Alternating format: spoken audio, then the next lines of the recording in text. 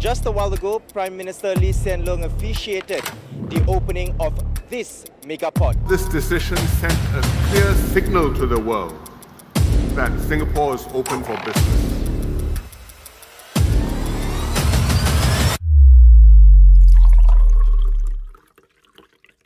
Singapura, negara kecil yang berseberangan dengan kota Batam, Indonesia. Singapura merupakan satu-satunya negara yang maju di Asia Tenggara. Bahkan yang paling maju di Asia berdasarkan GDP per kapita, dihitung berdasarkan kemampuan daya beli atau purchasing power parity. Singapura sedang membangun pelabuhan laut terbesar di dunia. Pelabuhan ini dibangun di atas reklamasi lahan pesisir seluas 3.300 lapangan sepak bola atau sekitar 1.337 hektar. Wah, bayangkan semua teman-teman. Proyek ini diberi nama Pelabuhan Tuas. Pelabuhan ini juga akan menjadi pelabuhan peti kemas terbesar di dunia. Tentunya akan dilengkapi dengan berbagai macam sarana yang super mewah. Akan memanjakan industri transportasi dan logistik internasional, terutama yang ingin ekspor dan impor lewat jalur Asia Tenggara dan Asia Timur. Mirip-mirip mungkin mimpinya Pak Jokowi yang dulu ingin membangun tol laut. Saya jadi bingung, kemana tol laut Indonesia sekarang? Terus yang paling keren nih, pelabuhan ini direncanakan akan impor pasir dari Indonesia. Yang katanya Pak Jokowi bukan pasir, tapi sedimen. Sedimen atau endapan laut. Selain dari Indonesia, Singapura juga mengimpor pasir untuk reklamasi ini dari berbagai negara lain seperti Kamboja, Myanmar, Filipina, dan Vietnam. Yang menarik dan lucu, Indonesia sebenarnya juga punya mega proyek yang ingin menjadikan Batam sebagai pusat hub logistik di dunia. Dengan keunggulan fasilitas wilayah berupa daerah perdagangan bebas atau free trade zone dengan Bandara Internasional Hang Nadiem dan Pelabuhan Batu Ampar yang dikelola oleh Badan Pengusahaan BP Batam. Batam dinilai memiliki nilai yang sangat strategis sebagai gerbang transportasi udara dan transportasi laut untuk pusat logistik dan perdagangan di Asia Tenggara. Hanya tinggal berenang saja. Ini kita nyebrang dari Batam ke Singapura, teman-teman. Di Batam,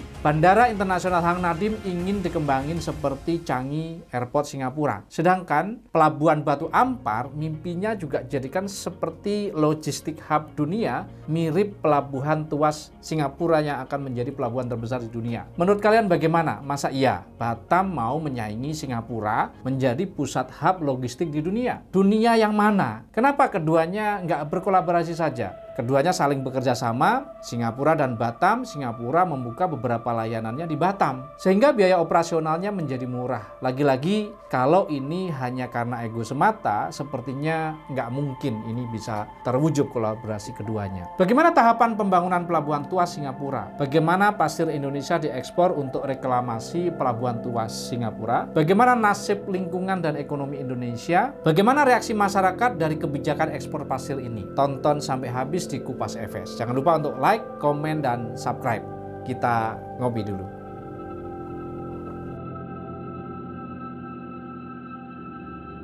Bagaimana pasir Indonesia diekspor untuk reklamasi Pelabuhan Tuas Singapura? Sebenarnya Indonesia telah lama melakukan ekspor pasir untuk proyek reklamasi Singapura. Sebelumnya Indonesia melakukan ekspor pasir ke Singapura hingga terakhir dilakukan tahun 2002. Pada era Presiden Megawati, Indonesia melarang ekspor pasir ke Singapura. Kemudian, 20 tahun kemudian, Presiden Jokowi resmi mengizinkan kembali ekspor pasir laut yang tertuang dalam Peraturan Pemerintah Nomor 26 Tahun 2023 tentang pengelolaan hasil sedimentasi laut. Padahal, 20 tahun sebelum itu, kegiatan ini merupakan kegiatan terlarang karena dianggap merusak ekologi dan lingkungan. Yang pasti, merendahkan martabat bangsa. Kalaupun bikin proyek reklamasi, Jakarta harusnya bisa bikin proyek yang sama di utara Jakarta. Tentu harus dipertimbangkan masa-masa dampak lingkungan dan juga dampak ekonominya bagi masyarakat. Mengambil keputusan untuk mengizinkan ekspor pasir tentunya tidak mungkin tanpa alasan. Keputusan ini menimbulkan berbagai konspirasi. Bagaimana mungkin di akhir masa jabatannya Pak Jokowi malah membuka keran untuk membolehkan ekspor pasir di mana pasir tersebut untuk proses reklamasi tanah Singapura. Niat ini disinyalir memiliki berbagai kepentingan. perdagangan. Hebohnya kontestasi politik belakangan ini turut menimbulkan polemik di berbagai belahan masyarakat. Sehingga salah satu di antaranya adalah kebijakan ini dianggap menutupi permasalahan politik yang pelik di akhir-akhir ini. Selain itu ada dugaan bahwa ekspor pasir ke Singapura bukan hanya murni untuk urusan dagang, tetapi juga terkait kesepakatan politik dan diplomatik antara kedua negara. Sebagian berpendapat bahwa kelonggaran ekspor pasir ini mungkin dikaitkan dengan negosiasi mengenai batas-batas laut. Sebagian berpendapat bahwa kelonggaran ekspor pasir mungkin dikaitkan dengan negosiasi mengenai batas-batas laut, akses perdagangan atau investasi asing dari Singapura ke Indonesia. Yang mengkhawatirkan ekspor pasir secara berlebihan dapat berdampak pada pengurangan luas wilayah Indonesia, terutama di daerah pesisir. Sebagian teori menyatakan bahwa penambangan pasir dapat memicu erosi di pulau-pulau kecil dan berpotensi menyebabkan hilangnya daratan yang penting bagi kedaulatan Indonesia. Di lain pihak, Singapura terus memperluas wilayahnya dengan reklamasi lahan yang terlihat memperkuat posisinya di kawasan ASEAN ini. Yang pasti, penambangan pasir maupun sedimen ini menjadi isu yang sangat sensitif, terutama karena menyangkut lingkungan, kedaulatan, dan hubungan diplomatik yang kompleks antara Indonesia dan Singapura. Bagaimana menurut kalian? Kemudian, bagaimana proses atau tahap pembangunan Pelabuhan Tuas, pelabuhan terbesar di dunia di ujung barat Singapura ini? Mengacu pada berita dari official website Otoritas Maritim dan Pelabuhan Singapura (MPA Singapore), Pelabuhan Tuas ini memiliki ukuran yang sangat besar dan disertakan dengan teknologi yang super canggih, sehingga pembangunannya pun tidak bisa dilakukan dengan asal-asalan.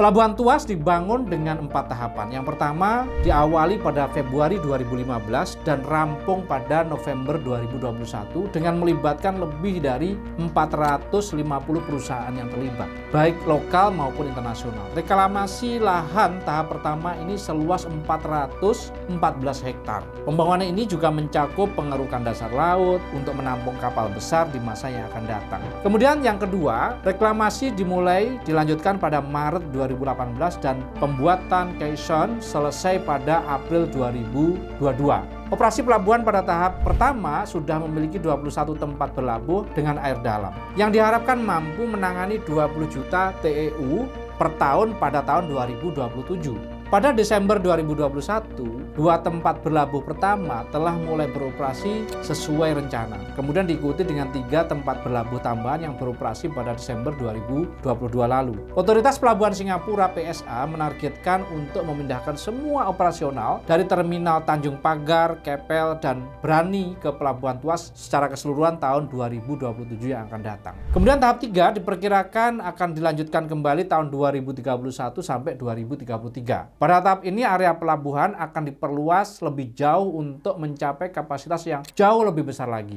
Konstruksi akan terus berlangsung termasuk penguatan fasilitas logistik, teknologi, dan teknologi otomatisasi. Kemudian tahap yang terakhir, tahap yang keempat akan dilanjutkan hingga tahun 2040.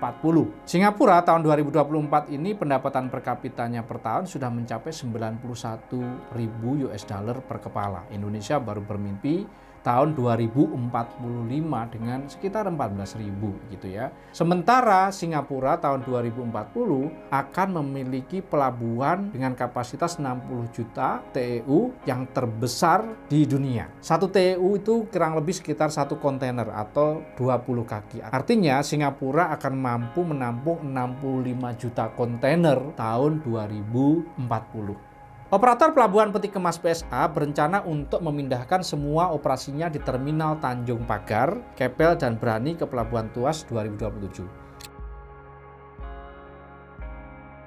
Kemudian bagaimana peran Singapura sebagai negara pusat hub logistik di dunia? Singapura diberikan peringkat oleh Bank Dunia sebagai pusat logistik terkemuka untuk dunia pada tahun 2023. Singapura menawarkan konektivitas kelas dunia ke kawasan ini dan sekitarnya. Peningkatan perdagangan dan konsumsi lintas batas regional yang belum pernah terjadi sebelumnya memperkuat relevansi Singapura sebagai pusat logistik dan manajemen rantai pasokan yang aman dan efisien. Singapura tidak hanya menjadi lokasi yang ideal untuk berbisnis komersial, namun juga berhasil memantapkan dirinya sebagai pusat logistik dan transportasi di wilayah Asia. Beberapa alasan yang menjadikan Singapura sempurna sebagai pusat logistik dan transportasi di Asia yang menghubungkan ke seluruh dunia, diantaranya yang pertama adalah pertumbuhan e-commerce yang eksponensial. Menurut laporan Temasek dan Google, tahun 2025, pasar e-commerce di Singapura diperkirakan mencapai 5,4 miliar atau 7,46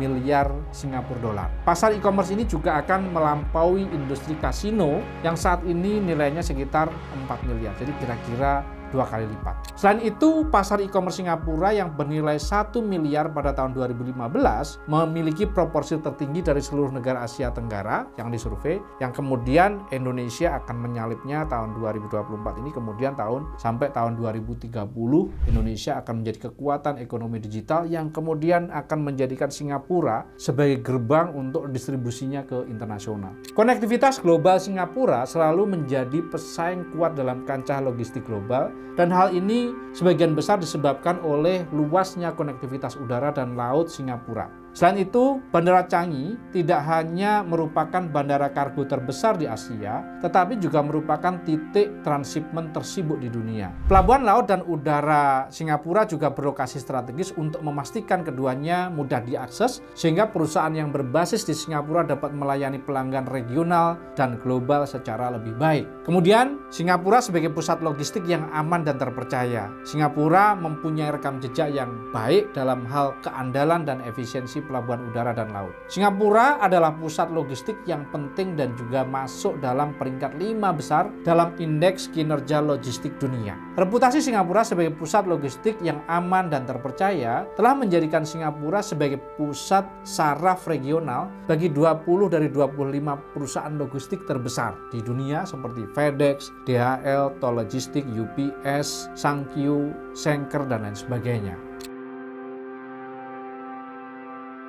Bagaimana nasib Indonesia, terutama dari segi lingkungan dan ekonomi, jika Indonesia mengekspor pasir ke Singapura? Hal ini akan menambah duka lara bagi Indonesia. Bahkan manajer kampanye pesisir dan laut dari Walhi menyatakan kebijakan tersebut dapat mengakibatkan sejumlah pulau kecil di tanah air bisa tenggelam, termasuk Jakarta dan Sumatera Selatan, Bengkulu hingga Papua. Indonesia tengah mengalami percepatan kenaikan air laut hingga 1 meter per tahun, yang mana hal ini sangat berbahaya bagi kelangsungan wilayah laut Indonesia. Penggunaan pasir dari Indonesia ini bisa menyebabkan kerusakan lingkungan yang berbahaya bagi ekosistem masyarakat Indonesia. Bagi masyarakat lokal, terutama yang terlibat dalam pertambangan pasir, memang ada manfaat langsung dari penciptaan lapangan kerja dan peningkatan pendapatan mereka. Namun manfaat ini seringkali tidak merata, terutama di tingkat pekerja lapangan, yang kadang tidak mendapatkan kompensasi sebanding dengan nilai ekspor yang besar dan juga risiko lingkungan yang dihadapi.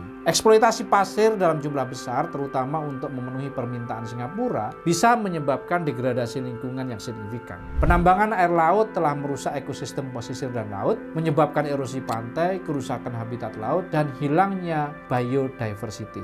Wilayah pesisir yang kaya akan keanekaragaman hayati menjadi terancam akibat penggalian pasir yang besar-besaran.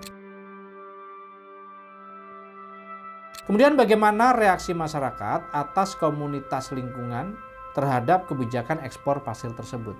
Kebijakan pemerintah dalam penambangan dan ekspor pasir ini banyak menimbulkan polemik karena banyak daerah yang terdampak. Pengamat ekonomi dan energi UGM Dr. Fahmi Radi menyampaikan bahwa ekspor pasir laut dapat merusak lingkungan, merusak ekologi, bahkan memicu tenggelamnya pulau yang berdampak tentu bagi masyarakat luas. Fahmi menuturkan bahwa satu-satunya negara yang akan membeli pasir laut Indonesia itu adalah Singapura untuk reklamasi, memperluas luasan daratannya. Tak hanya berhenti di situ, masyarakat pesisir bergerak bersama Walhi melakukan penolakan dan konferensi pers terkait dengan peraturan pemerintah nomor 26 tahun 2023. Penolakan tersebut dilaksanakan pada konferensi pers yang diiringi dengan Walhi, Sulawesi Selatan, Bangka Belitung, Lampung, Jawa Timur, Bali, Maluku Utara, dan juga turut bergabung pula Kesatuan Perempuan Pesisir Indonesia yang terdampak akibat ekspor pasir tersebut. Menurut mereka, kebijakan ini bisa menghancurkan tata kelola sumber daya laut Indonesia. Walhi menyampaikan 11 tuntutan untuk penolakan tambang pasir secara umum, termasuk ekspor pasir ke Singapura. Kerugian yang dialami diantaranya adalah nelayan rugi secara material maupun non-material. Contohnya di Bangka Belitung, pertambangan pasir laut telah dilakukan sejak 2001, di mana setiap bulan sebanyak 300.000 sampai 500.000 ton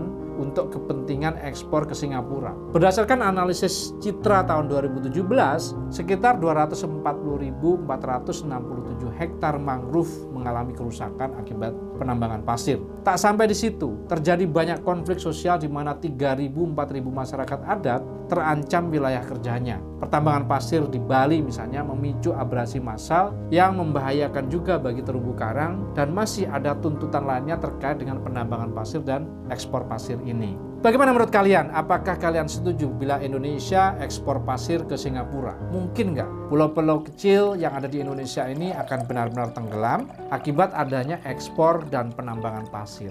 Ayo berikan pendapat kalian dengan komen di bawah. Jangan lupa untuk like, subscribe untuk mendukung konten Kupas FS. Sampai berjumpa kembali pada program Kupas FS yang akan datang. Saya Farid Subhan, salam Miracle.